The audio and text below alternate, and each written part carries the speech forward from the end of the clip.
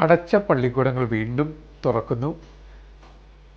പള്ളിക്കൂടങ്ങൾ തുറക്കുന്ന സാഹചര്യത്തിൽ ചില കുട്ടികൾക്കെങ്കിലും സ്കൂളിലേക്ക് കുതിക്കുവാൻ കൊതിയുണ്ടാവും, സന്തോഷമാണ്. വേറെ ചില കുട്ടികളെ സംബന്ധിച്ചിടത്തോളം വീട്ടിലെ കംഫർട്ട് സോണിൽ ഇരുന്നിരുന്ന് മടി പിടിച്ച് പുറത്തേക്ക് പോകുവാൻ മടി തുടങ്ങിയിട്ടുണ്ടാകണം. അങ്ങനെ സ്കൂളിലേക്ക് പോകാൻ മടി പിടിച്ചു തുടങ്ങിയ കുട്ടികളും അവരെ അയക്കുവാൻ മടി കാണിക്കുന്ന മാതാപിതാക്കളും ഉണ്ടെങ്കിൽ അവരൊന്ന് ദയവായി ശ്രദ്ധിക്കുക.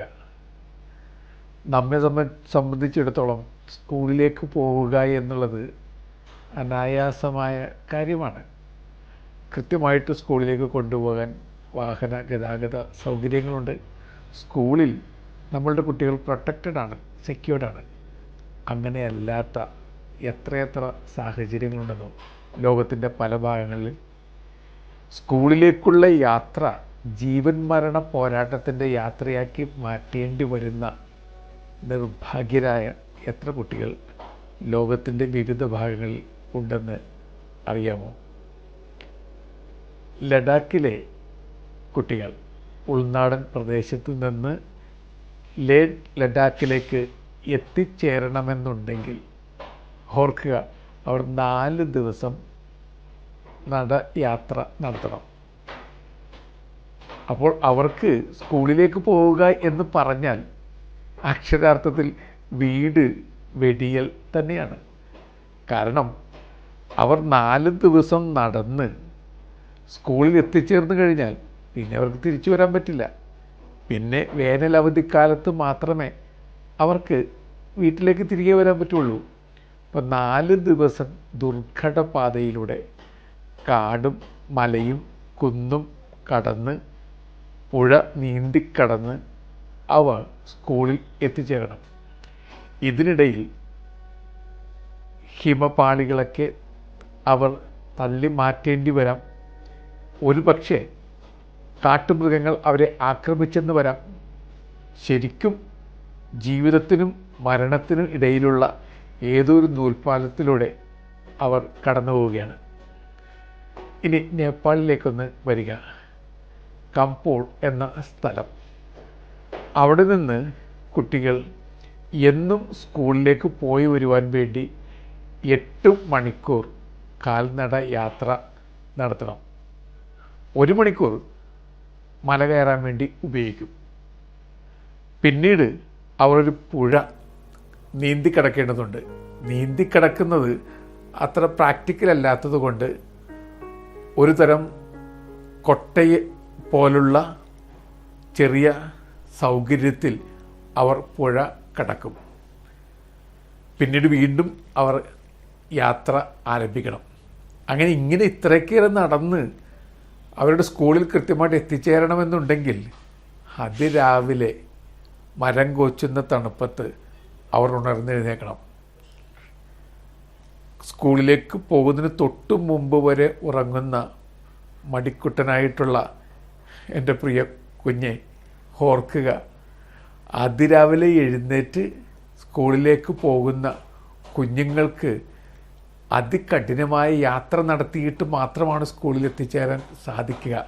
ഇത്തരം സ്ഥലങ്ങളിൽ സാങ് ജിയാവാൻ എന്ന ചൈനീസ് ഉൾനാട്, അവിടെ കുഞ്ഞുങ്ങൾ സ്കൂളിലേക്ക് പോകുവാൻ വേണ്ടി ദുർഘട പാതകളിലൂടെ വല്ലാത്ത കുത്തനെയുള്ള മലയിലേക്ക് കയറണം. അങ്ങനെ മല കയറുവാൻ വേണ്ടി ഒരിടത്തുനിന്ന് മറ്റൊരിടത്തേക്ക് മര ഏണികൾ ഈ മലയോട് ചേർത്ത് വെച്ചിട്ടുണ്ട്. നിങ്ങൾ ഈ ചിത്രത്തിൽ ഇത് കാണുക. ഒന്നൊന്നായി ചേർത്ത് വെച്ചിരിക്കുന്ന മര ഏണികളിൽ പിടിച്ചു തൂങ്ങി അവർ സ്കൂളിൻ്റെ ഉച്ചിയിലേക്ക് യാത്രയാവണം. അതത്ര സാഹസിക യാത്രയാണത്, അത്രയ്ക്ക് വിനോദയാത്ര എന്നല്ലത്. അങ്ങനെയും കുഞ്ഞുങ്ങൾ സ്കൂളിലേക്ക് പോകുന്നുണ്ട്. ഖുലു എന്ന് പറയുന്ന ചൈനീസ് ഉൾനാട്ട് സ്കൂള് 5 മണിക്കൂർ അവർ മല കയറണം. മല കയറുക എന്ന് പറഞ്ഞാൽ ഒരു ചുവടൊന്ന് തെറ്റിക്കഴിഞ്ഞാൽ താഴേക്ക് വീഴും. നിങ്ങൾ ഈ ചിത്രത്തിൽ കാണുന്നത് അതാണ്. ഒന്നൊന്നായി കുട്ടികൾ ക്യൂവായി ഈ മലയിൻ്റെ വിള്ളലുകളിൽ പിടിച്ചുകൊണ്ട് ജീവൻ മരണ പോരാട്ടത്തിൽ ഏർപ്പെടുന്ന ഏതോ സർക്കസ് അഭ്യാസിയെപ്പോലെ മലയുടെ ഉച്ചിയിലേക്ക് പോവുകയാണ്. പഠിക്കാൻ വേണ്ടിയാണ്. എന്തൊരു കഷ്ടപ്പാടാണ് എന്നോർത്ത് നോക്കുക. വീണ്ടും ചൈനയിൽ തന്നെ പീലി എന്ന് പറയുന്ന സ്ഥലത്തെ സ്കൂളിലേക്ക് 125 മൈലാണ് എന്നും കുഞ്ഞുങ്ങൾ നടന്ന് നീങ്ങേണ്ടത്. വളരെ സുന്ദരമായിട്ടൊരു ചൈനീസ് സിനിമയുണ്ട്, വാക്കിംഗ് ടു ദ സ്കൂൾ എന്ന പേരിൽ. ആ സ്കൂളിൻ്റെ പ്രമേയം എന്താണ്? യൂനാൻ എന്ന പ്രോവിൻസിലെ നുജിയാങ് നദിയുടെ കുറുകെ ഒരു കേബിൾ കെട്ടിയിട്ടുണ്ട്, സ്റ്റീൽ കേബിൾ.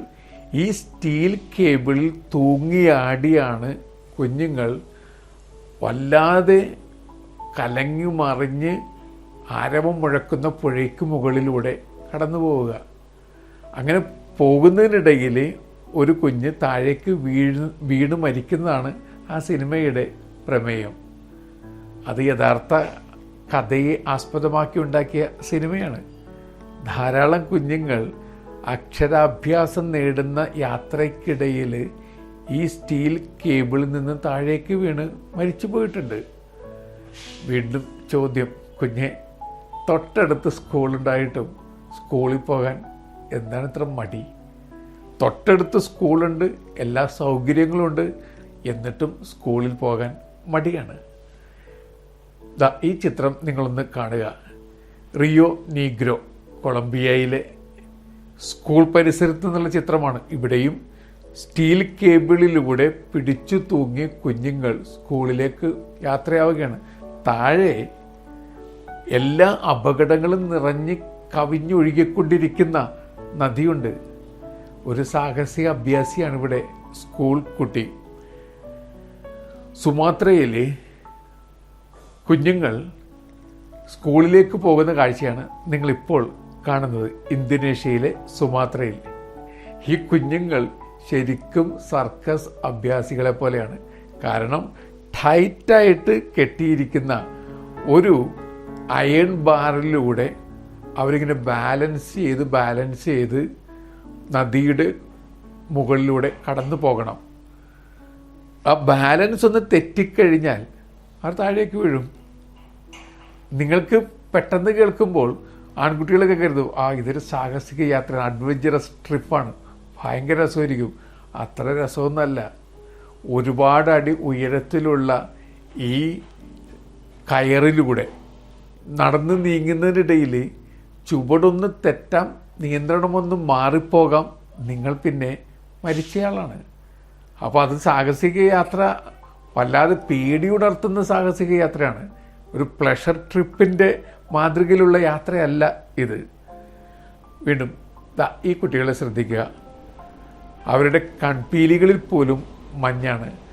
റഷ്യയിലെ ഏറ്റവും തണുപ്പ് നിറഞ്ഞ സ്ഥലത്ത്, ഒംജിക്കാൻ എന്ന പേരുള്ള സ്ഥലത്തെ കുട്ടികളാണിത്. അവിടെ -50 ഡിഗ്രിയിൽ താഴേക്ക് താപനില മാറുമ്പോൾ മാത്രമാണ് അവധിയുള്ളത്.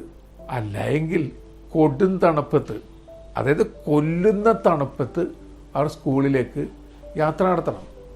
ഇങ്ങനെ യാത്ര നടത്തുമ്പോൾ മഞ്ഞ് വീണുകൊണ്ടേയിരിക്കുമ്പോൾ അതിശൈത്യത്തെ തടയാൻ വേണ്ടി അവർ ഒന്നിനു പുറകെ മറ്റൊന്നായി 6 ഉടുപ്പുകളാണ് ധരിച്ചിട്ടുള്ളത്. നിങ്ങൾ ചിത്രത്തിലേക്ക് ശ്രദ്ധിച്ചു നോക്കിയാൽ കാണാൻ പറ്റും. അവർ ഈ 6-7 ഉടുപ്പുകൾ ധരിച്ച് ബൊമ്മക്കുട്ടികളെ പോലെയായി മാറിയിട്ടുണ്ട്. അവരുടെ ശിരസിലും കൺപീലകളിലും എല്ലായിടത്തും മഞ്ഞുവീഴ്ചയും ഉണ്ട്. എന്നിട്ടും ആ കുഞ്ഞുങ്ങൾ സ്കൂളിലേക്ക് എത്തിച്ചേരുകയാണ്. ചിലയിടങ്ങളിലൊക്കെ യാത്ര അത്ര എളുപ്പമൊന്നുമല്ല. മ്യാൻമറിൽ കുഞ്ഞുങ്ങൾ സ്കൂളിലേക്ക് പോകാൻ മറ്റു മാർഗങ്ങളില്ലാത്തതുകൊണ്ട് പോത്തിൻ്റെ മേൽ കയറിയാണ് യാത്ര നടത്തുന്നത്. ആഫ്രിക്കയിലെ ചില ടുട്ടു ഹുട്സി വംശജരൊക്കെ കുതിരപ്പുറത്തും കഴുതപ്പുറത്താണ് സഞ്ചരിക്കുക. നിങ്ങൾക്ക് ചിരി വരും. ഇനി കുതിരപ്പുറത്ത് നിങ്ങൾ സ്കൂളിലേക്ക് പോവുക എന്നുള്ള സന്തോഷകരമായ കാര്യമായിരിക്കും, അതിനൊരു അഠ്യത്വമുണ്ട്. പക്ഷെ കഴുതപ്പുറത്തും പോത്തിൻ്റെ പുറത്തൊക്കെ കയറി യാത്ര നടത്തുക എന്ന് പറയുന്നത് അത്ര എളുപ്പമാണോ? ഫിലിപ്പീൻസിലെ റിസാൽ പോലുള്ള സ്ഥലങ്ങളിൽ കുഞ്ഞുങ്ങൾക്ക് യാത്ര നടത്തണമെന്നുണ്ടെങ്കിൽ ഒരുപാട് നദികൾ കടക്കണം. കാരണം നദികളുടെ സ്ഥലമാണ് ഈ ഫിലിപ്പീൻസ് മൊത്തത്തിൽ. അപ്പോൾ ഒന്നിനു പുറകെ മറ്റൊന്നായി പല പല നദികൾ കടക്കേണ്ടി വരും. അവർ ഉപയോഗിക്കുന്ന എന്താണ്? സ്കൂളിലേക്ക് പോകുന്ന കുട്ടി സ്കൂൾ സഞ്ചിയോടൊപ്പം തന്നെ ഫ്ലാറ്റ് ടയറും കൊണ്ടുപോവുകയാണ്. നിങ്ങൾ ആ രംഗം ഒന്ന് സങ്കല്പിച്ച് നോക്കുക. ഫ്ലാറ്റ് ടയറും സ്കൂൾ ബാഗും പുസ്തകങ്ങളൊക്കെ ആയിട്ടൊരു കുട്ടി പോവുകയാണ്. എന്നിട്ട് ഈ ഫ്ലാറ്റ് ടയറിൽ കയറിയാണ് കുഞ്ഞ് നദി കടക്കുക. എത്ര ബുദ്ധിമുട്ട് പിടിച്ച കാര്യമാണ് എന്ന് ആലോചിച്ച് നോക്കുക. ഇതുപോലെ ധാരാളം ബുദ്ധിമുട്ടുകളിലൂടെ സഞ്ചരിക്കുന്ന ആളുകളാണ് മസായി വംശജർ ആഫ്രിക്കയിൽ. അവർക്ക് അവരുടെ കുഞ്ഞുങ്ങൾക്ക് സ്കൂളിലേക്ക് എത്തിച്ചേരണമെന്നുണ്ടെങ്കിൽ കൊടും കാട്ടിലൂടെ ഒരുപാട് മണിക്കൂറുകൾ സഞ്ചരിക്കണം. കൊടുങ്കാടെന്ന് പറഞ്ഞാൽ വന്യമൃഗങ്ങൾ നിറഞ്ഞു നിൽക്കുന്ന കാടുകൾ തന്നെ. അപ്പോൾ ഇങ്ങനെ നടക്കുന്നതിനിടയിൽ ലെപ്പേർഡ് പാർക്ക് എന്ന് പറയുന്ന ഒരിടമുണ്ട്. അവിടെ ലെപ്പേർഡ്സ് ഇങ്ങനെ മറഞ്ഞിരിക്കുകയാണ്.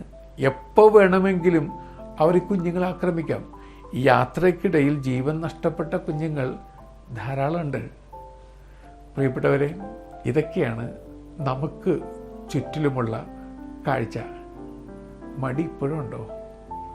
ഓർക്കുക, ലോകത്ത് സ്കൂളിൽ പോകുവാൻ അവസരം കിട്ടാത്ത കുട്ടികളുടെ എണ്ണം 260 മില്യൺ ആണ്. നമ്മുടെ ഇന്ത്യയിൽ 35 മില്യൺ കുട്ടികൾക്ക് സ്കൂളിൽ പോകാൻ പറ്റുന്നില്ല. ഇനി ലോകത്തിൽ ആസകലം നമ്മൾ എടുത്തു കഴിയുമ്പോൾ 150 മില്യൺ കുട്ടികൾ സ്കൂളിൽ പോകാത്തത് എന്തുകൊണ്ടാണ്? അവർക്ക് ബാലവേല ചെയ്യേണ്ടി വരുന്നു. കാരണം അവരുടെ ഇളയ കുട്ടികളെ സംരക്ഷിക്കേണ്ട ചുമതല അവർക്കാണ്. 10 വയസ്സുകാരന് 2 വയസ്സുകാരനെ 3 വയസ്സുകാരനെ സംരക്ഷിക്കേണ്ടി വരും. സംരക്ഷിക്കുന്നതിൻ്റെ ഭാഗമായിട്ട് അവൻ ജോലി എടുക്കേണ്ടി വരും. അതോടുകൂടി വിദ്യാഭ്യാസം വിദൂര സ്വപ്നമായി, സ്കൂള് അന്യമായി മാറുന്നു. ഇനി 12 മില്യൺ കുട്ടികൾ അവരുടെ 10ാമത്തെ 11ാമത്തെയൊക്കെ വയസ്സിൽ വിവാഹത്തിലേക്ക് പ്രവേശിക്കേണ്ടി വരുന്നു. ഗതികെട്ട അവസ്ഥയിൽ മാതാപിതാക്കൾ ഏതെങ്കിലും വൃദ്ധർക്ക് അവരെ വിൽക്കുകയാണ്. അതാണ് വിവാഹം എന്ന് പറയുന്നത്. അതുകൊണ്ട് 12ാമത്തെ 13ാമത്തെ വയസ്സിൽ കുഞ്ഞുങ്ങൾ വിവാഹിതരായി മാറുന്നു. അവർക്ക് പിന്നെ സ്കൂള് അന്യമായി തീരുന്നുണ്ട്.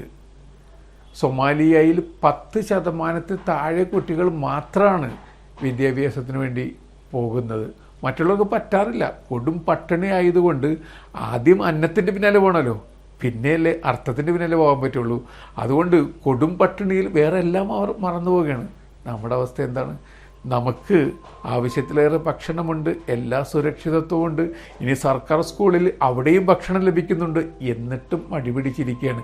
അലസ ബാലക ബോധക ദുർവിധിയും ശിരസി മാലിക മാലിക മാലിക എന്ന് പണ്ടത്തെ അധ്യാപകർ എഴുതി വെച്ചു. കാരണം അലസരായ സ്റ്റുഡൻസിനെ പഠിപ്പിക്കുക എന്ന ദുർവിധി എൻ്റെ ശിരസിൽ എഴുതി വെക്കല്ലേ എൻ്റെ ദൈവമേ. ആ പ്രാർത്ഥന ഇപ്പോഴും പല അധ്യാപകരുടെ ഹൃദയത്തിൽ ഉയരുന്നുണ്ട്. അലസത കൊണ്ട് പഠിക്കാത്ത എൻ്റെ പ്രിയപ്പെട്ട കുഞ്ഞു സുഹൃത്തെ, അലസതയുടെ കംഫർട്ട് സോൺ വിട്ട് പുറത്തേക്ക് വരിക.